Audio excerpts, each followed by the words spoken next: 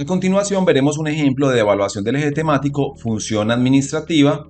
Este es el ejemplo de evaluación de esta semana. Recuerda que en Construyendo Méritos tenemos un ejemplo de evaluación cada semana en nuestro canal de cómo se están evaluando los conocimientos, habilidades, aptitudes y otras competencias en los concursos públicos de méritos del país. Si te gusta este contenido, si te parece útil para el concurso público de méritos para el cual estás participando, te invitamos a suscribirte a nuestro canal y de esta forma continuarás recibiendo estos ejemplos de evaluación cada semana.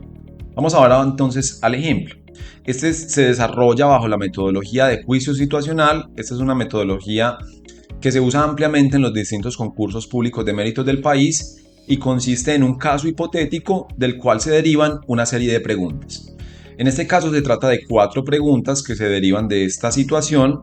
Vamos a abordar primero la situación, luego las preguntas. Vamos a ver cuáles son las herramientas normativas que nos permiten resolver este grupo de preguntas y finalmente vamos a ver cuáles son las claves de respuesta. Situación número 1. En aras de hacer más efectivo el cumplimiento de las funciones administrativas que tiene a su cargo, el ministro de Hacienda le asigna la toma de una decisión que a él le correspondía a uno de los empleados públicos del nivel directivo de este ministerio, para poder dedicarse a otras labores que tiene pendientes en el momento. Pregunta número 1. De esta pregunta, con 3 opciones de respuesta, solamente una contiene la clave de respuesta. Yo solamente selecciono una clave de respuesta. Para asignar la toma de decisiones al funcionario del nivel directivo, el ministro de Hacienda debe fundarse normativamente en A. La Ley 1437 del 2011, que regula el procedimiento administrativo en Colombia. B. La Ley 909 del 2004, que regula la carrera administrativa en Colombia. C. La Ley 489 de 1998, que regula la función administrativa en Colombia. Pregunta número 2. De los siguientes funcionarios, ¿cuál no podría ser lo mismo que el ministro del supuesto? Congresistas, superintendentes, el presidente de la República. Son preguntas con un grado de dificultad relativamente fácil, digamos, en un nivel básico. Vamos a ver la pregunta número 3. La decisión que tome el empleado público del nivel directivo será de responsabilidad de A. el ministro, B. este mismo funcionario, C. el ministro o el funcionario según se pruebe en el respectivo proceso. Allí solamente selecciono una clave de respuesta. Y finalmente, pregunta número 4. El supuesto descrito constituye un ejemplo de A. control, B. delegación, C. desconcentración. Allí tenemos entonces las 4 preguntas. Vamos a ver ahora cuáles son las herramientas normativas que nos permiten resolver estas preguntas. Pero primero vamos a aclarar que se trata del eje temático función administrativa. Este es un eje temático que se evalúa como un conocimiento básico dentro de la prueba de competencias funcionales. Puede que en ciertos concursos de méritos, en ciertos empleos, se evalúe como un conocimiento funcional de estos empleos porque tienen funciones relacionadas, es decir, deben asesorar a los órganos de dirección o toman decisiones relacionadas con la delegación, la desconcentración de funciones y por ello se evalúa como un conocimiento especializado en ciertos empleos, pero debemos resaltar que se evalúa como eje temático principalmente como un conocimiento general que se evalúa para todos los empleos de una misma convocatoria o para todos los empleos de un mismo nivel jerárquico, por ejemplo. Vamos a ver primero cuáles son las definiciones y las normas que nos van a permitir resolver las preguntas que acabamos de abordar y vamos a comenzar con una definición que trae el Consejo de Estado que nos va dando un poco de luces. Hay, digamos, algunas cosas que quedan por definir allí de la función administrativa a partir de lo que dice el Consejo de Estado, pero vamos a ver cómo la define.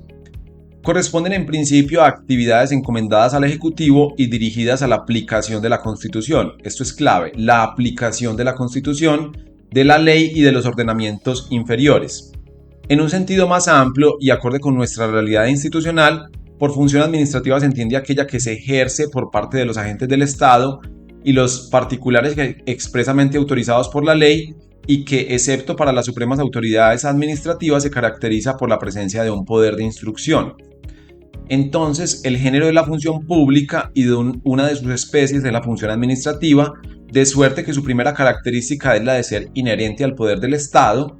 Así las cosas, la función administrativa es siempre actividad del poder estatal, sea que se realice por órganos u autoridades públicas o por particulares, con la finalidad de materializar los derechos y principios consignados en la parte dogmática de la Constitución.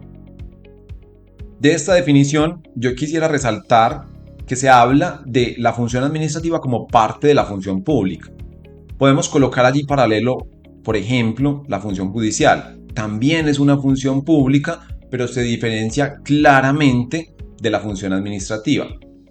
La función administrativa es la forma a través de la cual se materializan las políticas públicas, los programas y, digamos que, los valores constitucionales en el ciudadano, a través de la cual se materializan las leyes de la República en el ciudadano, en los ciudadanos, y por ello es una función esencialmente del Poder Ejecutivo, aunque no solamente del Poder Ejecutivo, porque el Poder Legislativo y el Poder Judicial también ejercen, en cierto sentido, funciones administrativas, pero excepcionalmente.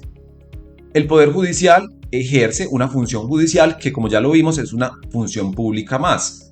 Pero también dentro del Poder Judicial se ejercen funciones administrativas, por ejemplo, cuando se nombran a los funcionarios, esto es una función administrativa, cuando se planifica las sedes judiciales, cuando se distribuyen los despachos judiciales, esto es una función administrativa, no es propiamente una función judicial. Asimismo, en el Congreso de la República, cuando se nombra a los funcionarios que integran las células legislativas, esto obedece a la función administrativa, pero es el Ejecutivo quien la desarrolla en una mayor medida. Vamos a ver que la Constitución Política nos dice que la función administrativa está al servicio de los intereses generales y se desarrolla con fundamento en los principios de igualdad, moralidad, eficacia, economía, celeridad, imparcialidad y publicidad, mediante la descentralización, la delegación y desconcentración de funciones. Allí nos dice entonces la Constitución cuáles son los principios de la función administrativa y cómo se desarrolla esta mediante descentralización, delegación y desconcentración de funciones. Estas son, digamos, las normas que nos van a permitir resolver el supuesto y las preguntas que acabamos de observar. Vamos a ver que el artículo 211 nos dice que la ley, que más adelante vamos a ver cuál ley es la que materializa este artículo de la Constitución, señalará las funciones que el presidente de la República podrá delegar en los ministros, directores de departamentos administrativos, representantes legales de entidades descentralizadas, superintendentes, gobernadores, alcaldes y agentes del Estado que la misma ley determine. Igualmente fijará las condiciones para que las autoridades administrativas puedan delegar en sus subalternos o en otras autoridades. Ojo acá. La delegación exime de responsabilidad al delegante, la cual corresponderá exclusivamente al delegatario, cuyos actos o resoluciones podrá siempre reformar o revocar aquel, reasumiendo la responsabilidad consiguiente. Vamos a ver que la ley que materializa la función administrativa, que la reglamenta, es la Ley 489 de 1998, es una ley que ha permanecido relativamente estable, es decir, que ha sufrido pocas modificaciones y que, digamos que esto muestra que el Poder Legislativo no ha visto la necesidad de implementar grandes cambios en cómo se ejerce la función administrativa en Colombia.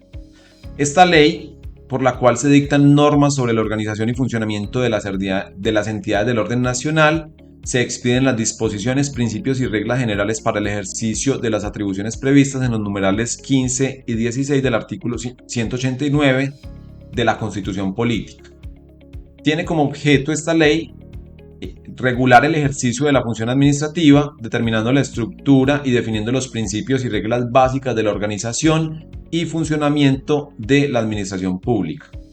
La presente ley se aplica a todos los organismos y entidades de la rama ejecutiva del poder público y de la administración pública y a los servidores públicos que por mandato constitucional o legal tengan a su cargo la titularidad y el ejercicio de funciones administrativas, prestación de servicios públicos o provisión de obras y bienes públicos y en lo pertinente a los particulares cuando cumplan funciones administrativas.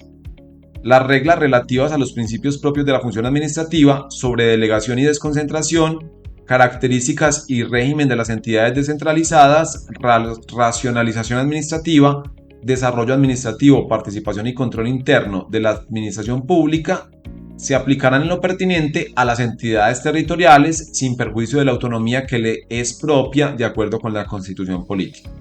Esto es lo que nos dice este artículo 2 sobre el ámbito de aplicación, es que se aplica no solamente a entidades del orden nacional, sino también, bajo ciertas condiciones, respetando la autonomía, a entidades del orden territorial como gobernaciones, municipios y distritos. Vamos a ver que esta misma ley, en su artículo 9, nos define la delegación, que es precisamente la figura, desde ya lo vamos afirmando, que se materializa en el supuesto y que apunta a resolver una de las preguntas.